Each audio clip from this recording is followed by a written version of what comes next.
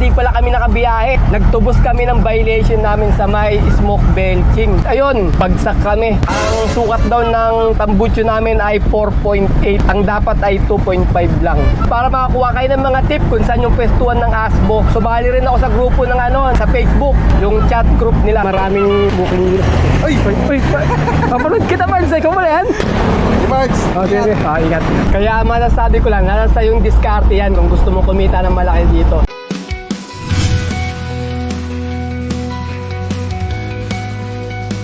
Good day mga pards! Today is another booking day na naman tayo. October 2 ngayon, 2024. First booking from Gulod, Novaliches going to Manila sa halagang 695. Ang layo ng pickup location ay 300 meters lang. 1,000 kg to mga pards. Papunta na kami sa may pickup location. Ano mga pards, first booking natin. Folding table. Ito na nga yan. Pick up natin. saan gagaling mga kay? Maynila, Ermita.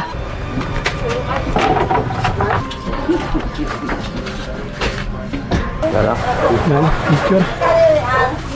Good morning mga pards! Kahapon di pala kami nakabiyahe. Nagtubos kami ng violation namin sa may smoke belching. Doon sa may Ayala Avenue, corner Yakal. Katabi siya ng bumbero. Ang tubos pala namin mga pards, nagkakalaga ng 1,300. Doon ka i-retest sa may Yakal Street. Doon sa may testing center nila. Pero magbabayad ka ng violation mo yung 1,300. Doon sa may Barangay Poblasyon, sa may JP Rizal. Doon sa may City Hall ng Makati. Kaya nagpabalik-balik pa kami. Ngayon nga, retest kami mga parts. Ayun, bagsak kami. Ang sukat daw ng tambucho namin ay 4.8. Ang dapat ay 2.5 lang. Ayun, mga parts. Nagkaroon ng hocus-pocus para makapasa tayo. Ganun naman talaga eh. Pero nagpalinis kami. Bago kami pumunta ron, pinalinisan muna namin. Ayun, bagsak pa rin tayo mga parts. Kahit na hindi naman gano'n mausap yung sasakyan natin. Siguro sa amoy ng diesel eh. Kaya mataas yung natin, yung sukat ng tambucho natin.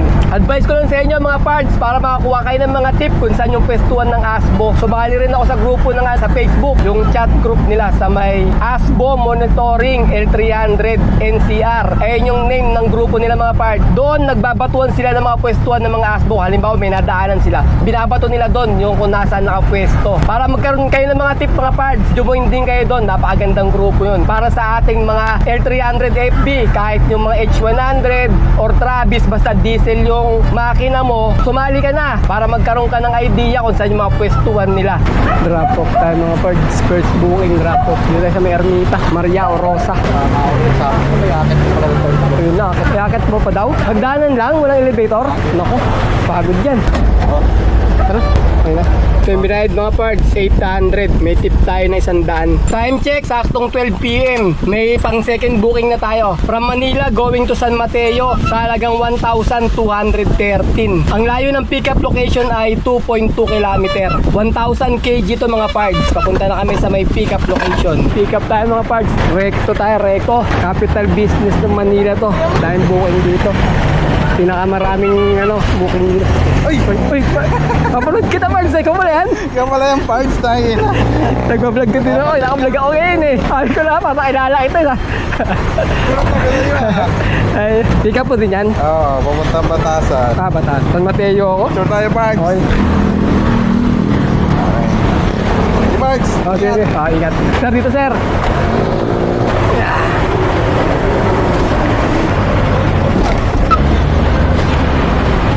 Ayun, bigyan tayo mga parts. Hindi tayo makatulong kay tatay. Medyo namamaga yung siko natin eh. Sakit pa yung siko natin mga parts eh. Ayun lang sir, wala na sir? Okay na yan. Sige sir. Ikaw rin sir yung mag-receive doon? Hindi. Nandun may mga tao. May tao doon? Sige okay. Time check, 1:39 PM. May nakuha tayong pangsabay natin, double booking from Manila going to San Mateo din sa halagang 391. Ang layo ng pickup location ay 3.8 km. 300 kg lang to mga parts. Papunta na kami sa may pickup location. Medyo nahirapan tayo mga parts kumuha ng kasabay natin papuntang San Mateo. Kahit yung mga madadaanan, puro pa ibang lugar eh. Puro palayo yung mga lumalabas na booking kaya medyo natagalan tayo.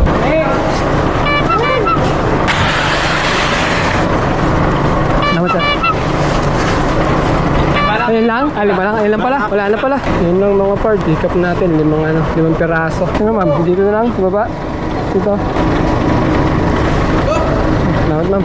Okay, na-pick up na natin yung double booking natin. Papunta na tayo ng drop-off location. Ang layo ng drop-off location ay 23 km.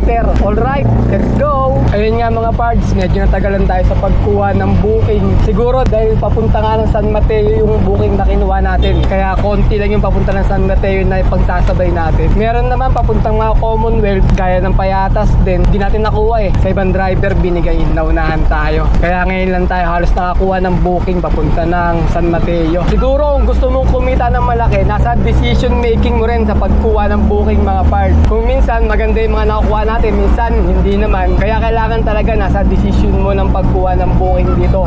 Kung saan ka pupunta, kasi may masasabayan ka maganda kasi nga maganda yung lugar na pupuntahan mo. Dito lang namin San Mateo, medyo mahirap nga. Kinuha lang namin dahil medyo nga maganda yung ano niya eh, yung high demand niya malaki. Kaya kinuha natin. Pero siguro kanya-kanyang ganda ng diskarte na lang para kumita ng malaki. Kunwari, mag double booking ka, kaya tatlong booking. Pero para sa yung triple booking, pang ano lang yan eh, pang malayuan eh. Hindi advisable sa malapitan niya mga parts. Kasi pag kumuha ka ng dalawang regular, tapos isang saver booking, bali tatlo yung dala mo. Pag malapitan lang, may aalma sa mga customer mo. Isa doon sa tatlong booking, baka may aalma, may magagalit sa'yo. Kaya mahirap pagka nagtatlong booking. Kaya yung dalawang booking nga, may umaalma pa sa atin eh. May mga nagre-reklamo pa eh. Sa tatlo pa kaya, ginagawa lang yung tatlong booking. Siguro, kung malayuan, wari Manila to Batangas, Manila to Laguna, Manila to Pampanga, yung mga ganyan, pwede kang magsabay ng tatlo niyan. Kaya masasabi ko lang, nasa yung diskarte yan kung gusto mo kumita ng malaki dito. Pwede rin naman yung tatlong booking, nasa iyo rin diskarte yan. Nasa yung decision yan kasi ikaw may hawak ka ng sakyan eh, ikaw masusunod sa mga kargamento.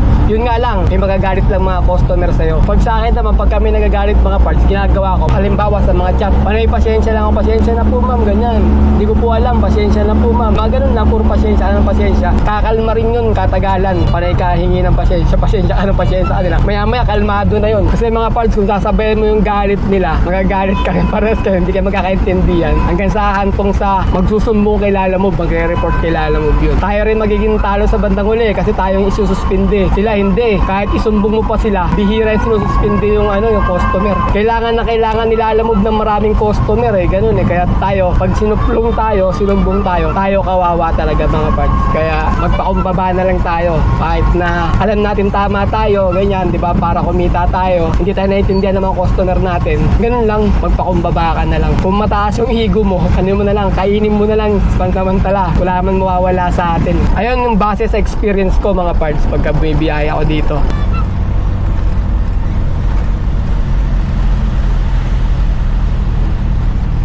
Dito tayo mga parts dumaan sa may Marikina Riverbank. Punta tayo ng San Mateo.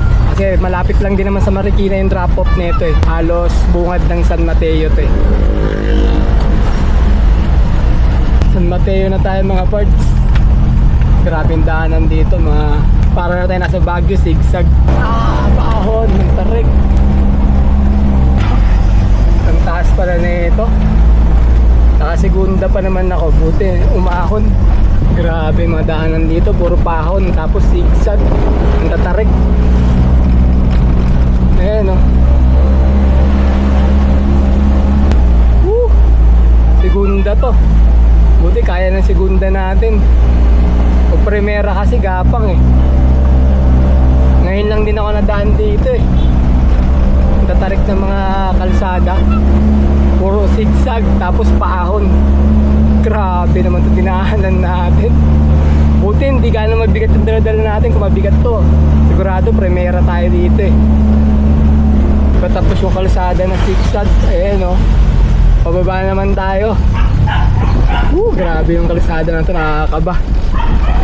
Kapit na kapit si tatay, ayun o. Makahawak na, ay bumitiw o. Bukong pala ito napunta namin. Ngayon lang kami napunta rito mga pards eh. Tao po sir. Sir, pwede magtanong? Saturday? Ah, dito lang pala. Doon kami sir eh. Diyan ba kayo nag-park? Oo. Sa baba. Doon sa baba. Oh, para... Ano, mahirap ba rito? Diyan ba sa kantong-kanto? Oo, dito sir. Ah, sige. Tarik ano? Parang napapaano ka pa eh. Para ako nadaba. Dito. Oo nga, kita yung bundok. Balik. Sakay na ba yung tanaw? Sa loob tayo. Ilabas mo lang muna itong ano to. Yan na lang natin to. Ano yung sa kanila?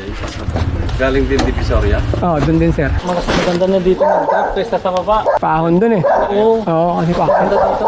Minsan kasi may mga nakapark dito pagkaganto. Oo nga. Ito. Pasobra ako ng 150. Oo. May ano yung ano. Ngayon, salamat sir. Bilang na lang. Tama yung ginagawa nyo, may kasabay. Sayang din pang diesel din para ano. Ako naman pinapapick up ko, Cavite, Cavite. Bulacan. Doon dinadala sir. Hindi, dito. Doon ang gagaling. Meron din pala kayo no, Cavite tsaka Bulacan. Hindi ko pa nasubukan. Pampanga. Pampanga, meron din kayo no, pick up doon. Oo, kaya lang yung L3 ko na ginagamit. Hindi ko pa nasubukan magkalalamog yun. Mabigat kasi yung mga ginagawang paso. Mga paso. Ano ba to sir? Mga damit? Puro damit. Pintura yan. Mga pintura? Pintura na tube. Pintura. Pintura ng ano yan sir? Parang ganon? Sa school. Bata. Sa bata. Pag nag-drawing sila ron, pag nag-aaral. Sir? Yan lang kayo napaano rin. Ngayon lang. Ay, Hindi ko rin yung abisado eh. Puro paahon ka nun. Sabi ko, puro paahon pala yun. kailangan puro permera. Puro Bagay kasi pag L3 naman, kaya naman segundo. Kaya, segunda sir, segunda lang. Okay, papunta tayo sa may third booking drop-off natin. Ang layo na lang ng drop-off location ay 3.4 kilometer. Alright, let's go! Grabing kalsada sa San Mateo. Sarap dito. Panay banking mga ginagawa natin, mga parts. Oh. Para punta ng Baguio. Sarap! Banking! Woo! Ako po, lalamove kay Stephen. Dito, deliver eh. L3 po dala nyo. Drop-off tayo mga card. Third booking. Ayan lang. Ano yan? Ticket na binigay mo? Ayun, binigay ko sa kanya. Sa amin na to kuya. Pati yung resibo. 50 lang sir, babayaran sir. Bayad na yung delivery. Hindi, yung 50 lang, yung Ito? entrance ng gate. Bayad po sa may gate ma'am. Dito po, nung dumaan kami dyan.